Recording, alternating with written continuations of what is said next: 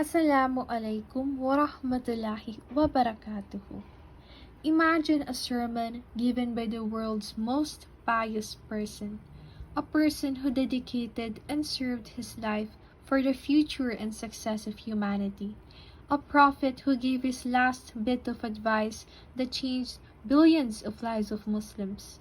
This man is Prophet Muhammad sallallahu alaihi wasallam, and today I will be presenting to you his last sermon for mankind.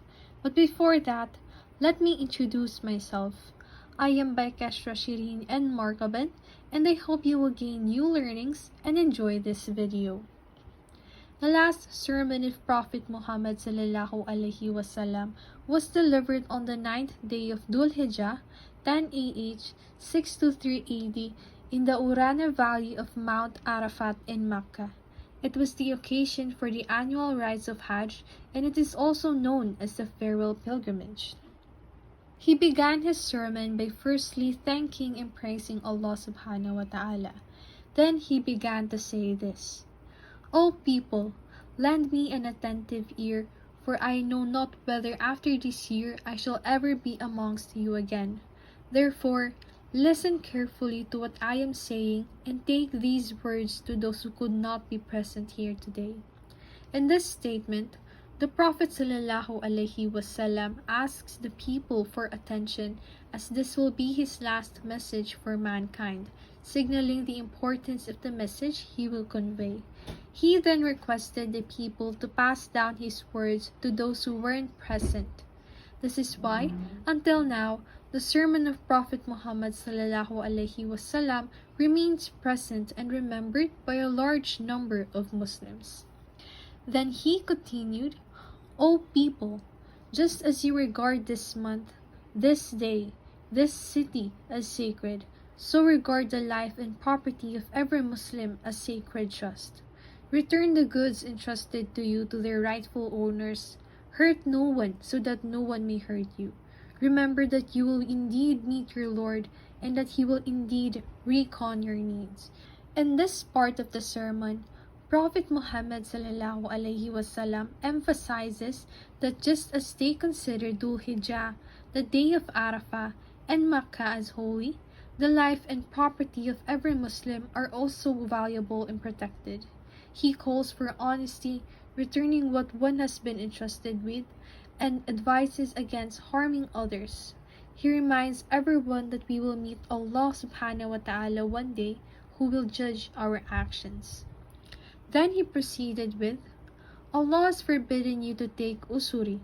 Therefore, all interest obligation shall henceforth be waived. Your capital is yours to keep. You will neither inflict nor suffer any inequality. Allah subhanahu wa ta'ala has judged that there shall be no interest and that all interest due to Abbas ibn al-Muttalib be waived. Prophet Muhammad ﷺ declares that charging interest is forbidden in Islam and cancels all existing interest payments. He emphasizes fairness, stating that no one should exploit others. To set an example, he cancels the interest owed to his uncle, showing the rule applies to everyone equally. Then the Prophet ﷺ proceeded with, every right arising out of homicide in pre-Islamic days is henceforth waived, and the first such right that I waive is that arising from the murder of Rabia ibn al-Harithiyah. Prophet Muhammad ﷺ declares that all claims for revenge or compensation for pre-Islamic killings are now dismissed.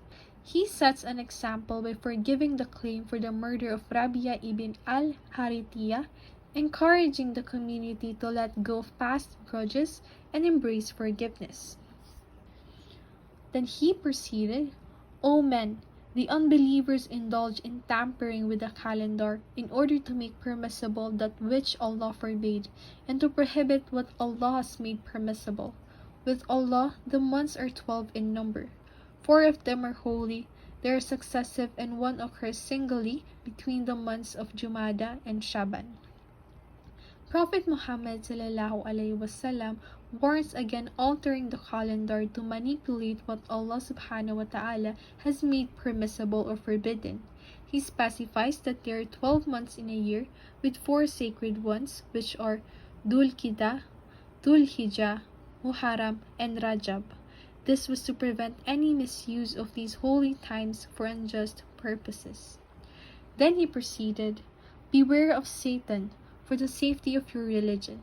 He has lost all hope that he will be able to lead you astray in big things, so beware of following him in small things."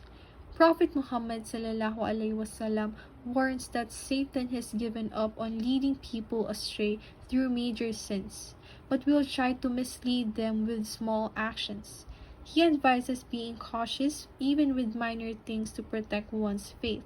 Even small misstep can eventually lead to bigger mistakes if not guarded against.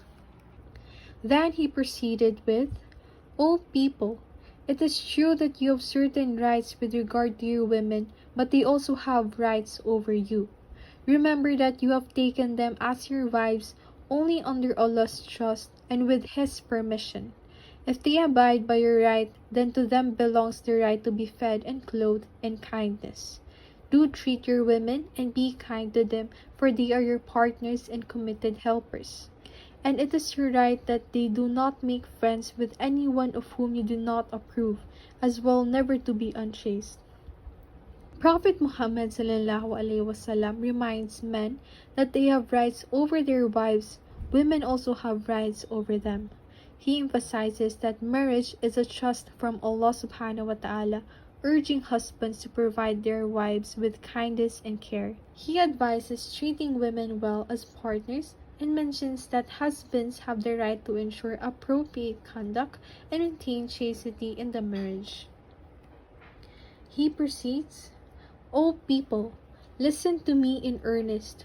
Worship Allah, say your 5 daily prayers, fast during month of Ramadan, and give your wealth in zakat. Perform Hajj if you can afford it."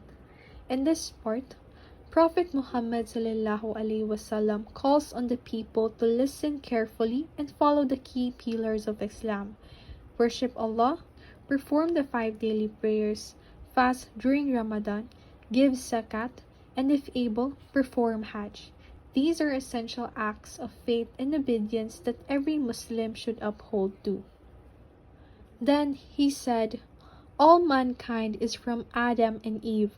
An Arab has no superiority over a non-Arab, nor an Arab has any superiority over an Arab. Also, a white has no superiority over a black, nor a black has any superiority over a white, except by piety and good action. Learn that every Muslim is a brother to every Muslim, and that the Muslims constitute one brotherhood. Nothing shall be legitimate to a Muslim which belongs to a fellow Muslim unless it was given freely and willingly." Prophet Muhammad ﷺ teaches that all people are equal regardless of race, ethnicity, or color. The only measure of superiority is piety and good actions. He emphasizes that Muslims are brothers and sisters, and no one has the right to take anything from another unless given freely. This promotes equality, unity, and mutual respect among Muslims. He proceeded with, "Do not therefore do injustice to yourselves. Remember, one day you will meet Allah and answer your deeds. So beware. Do not astray from the path of righteousness after I am gone." Prophet Muhammad ﷺ warns the people not to wrong themselves by straying from the right path. Then he proceeded with, "O people, no prophet or apostle will come after me, and no new faith will be born. Reason well, therefore, O people, and understand words that I convey to you. I leave behind me 2 things, the Quran and the Sunnah, and if you follow this, you will never go astray." Here, the Prophet ﷺ makes it clear that he is the last prophet and no new prophets or faith will come after him. He emphasizes the importance of understanding and following his message. He leaves behind 2 key sources of guidance, the Quran, and the Sunnah. By adhering these two, Muslims will remain on the correct path. And he proceeded, all those who listen to me shall pass on my words to others, and those to others again. And may the last ones understand my words better than those who listen to me directly. The Prophet ﷺ encourages those present to share his message with others, ensuring that his words are passed down through generations. He prays that future generations will understand his teachings even better than those who heard them firsthand, highlighting the importance of preserving and spreading his message. Then he proceeded, O Allah, be my witness that I have conveyed your message to your people.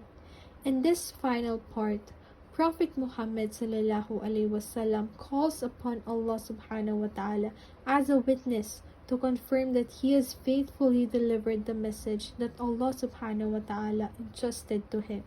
This is a declaration of the completion of his mission as the final messenger of Islam. The sermon was repeated sentence by sentence by Safwan's brother Rabia, who had powerful voice at the request of the Prophet ﷺ, and he faithfully proclaimed to over 10,000 gathered on the occasion. Towards the end of his sermon, the Prophet ﷺ asked, O people, have I faithfully delivered unto you my message? A powerful murmur of assents, O Allah, yes, arose from thousands of pilgrims, and the vibrant words, Allahumma nam, rolled like thunder throughout the valley. The Prophet ﷺ raised his forefinger and said, O Allah, bear witness that I have conveyed your message to your people. The Prophet's sermon serves an undeniable importance in our religion. It guides us towards righteousness, unity, and piety. This sermon continues to unite us as Muslims and will remain a source of guidance for generations to come. Thank you for listening.